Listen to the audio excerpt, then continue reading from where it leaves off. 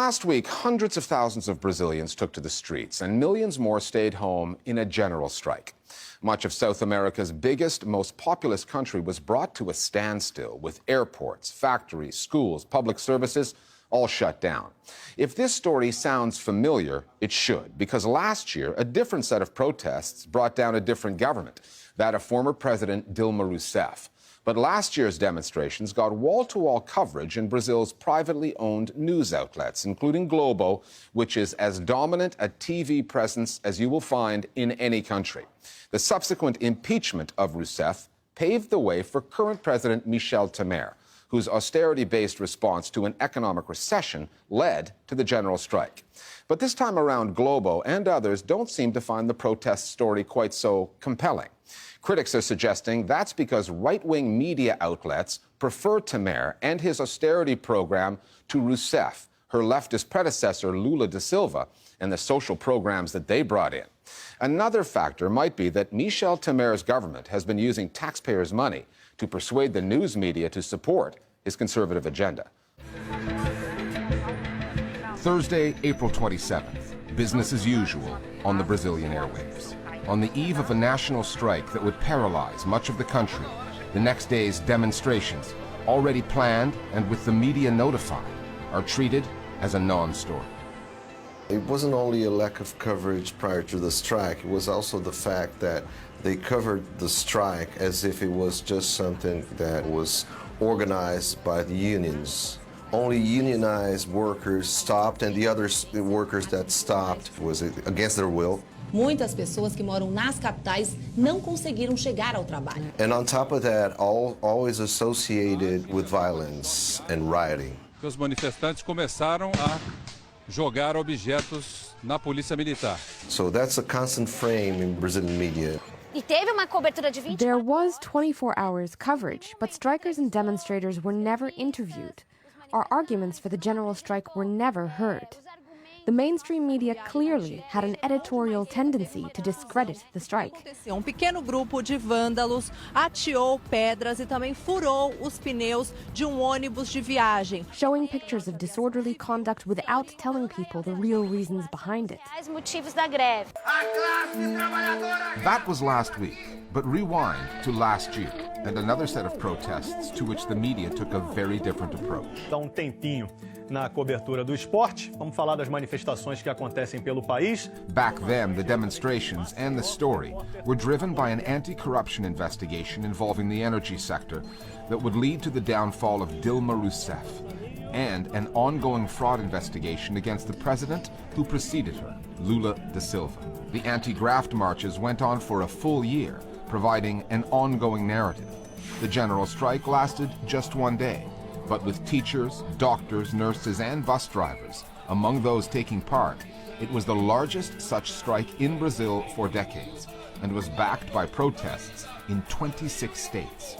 The two stories are not the same, but nor are they as different as the contrasting coverage that they receive. The gulf in coverage is vast. The protests calling for impeachment against the Dilma government had huge visibility, with Globo's helicopter capturing the protest from the air and covering it all day long. With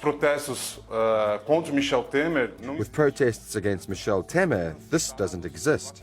When it came to the general strike, Durante todo o dia, o jornalismo da Rede Globo cobriu a paralisação por todo o Brasil. The word strike was avoided.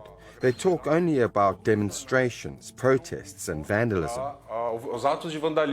Many channels and programs, they are able to produce a coverage of an event like, the strike, where you have clearly two sides to it, and only give voice to one side. That's amazing.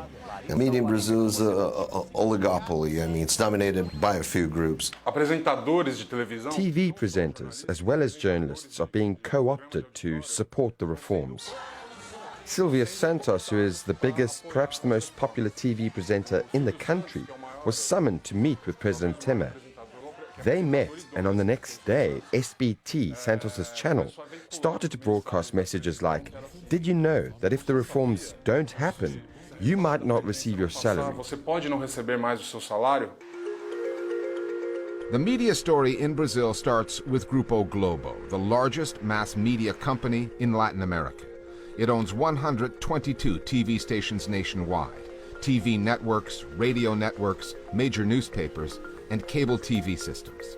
Like Globo, Brazil's other major networks, SBT and Rede Record, are family-owned or controlled. Their proprietors tend to, politically, tilt to the right, which is reflected in the coverage their platforms provide. There is a stigma against Rede Globo. I don't know why. It's a reaction to Globo's type of coverage. Globo has commercial interests and covers or doesn't cover events in a certain way or gives more space to this or that. It is up to them to decide. They are commercially motivated, as they should be. Globo has a clear tendency to take sides politically. We know that their main financiers, their main advertisers, are the big banks, the automobile companies. Multinational corporations, in tandem with the Temer government, are pushing for the weakening of the state, opening Brazil up to privatization, liberalizing markets, and loosening regulations. So there are very powerful economic players influencing the narrative.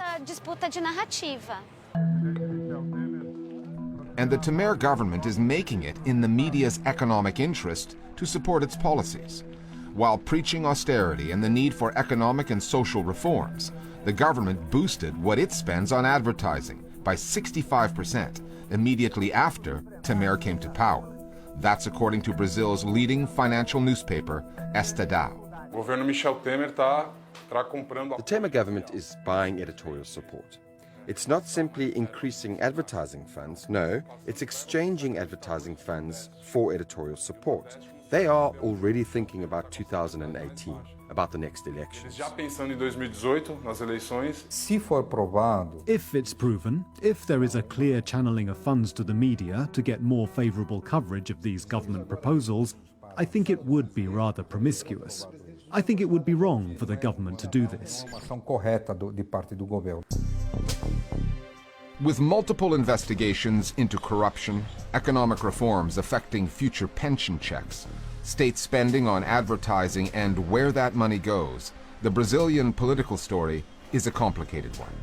The story of the media reporting on it really isn't. Basically, it's what happens when news outlets that are supposed to reflect a multicultural, multifaceted society, such as Brazil's, are owned by and reflect the interests of one slice of that same society. The mainstream media groups in Brazil are dominated by white men from rich families who pass it from father to son. And the bias reflected in their companies is towards that section of society. There is very little space for minorities, for the working class, for other narratives. It's always the elite speaking to the people with their own bias and worldview. So if you want to give it a class reading, you can say that, they really silence the voices of the poor, the ones that they are getting hit the most by the economic crisis. They don't have a voice. What is not being represented is exactly the organized part of Brazilian society that opposes Temer.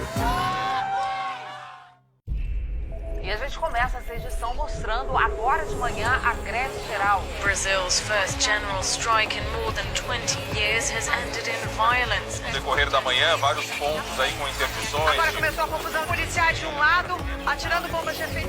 Class and race dictate how people view the government reforms.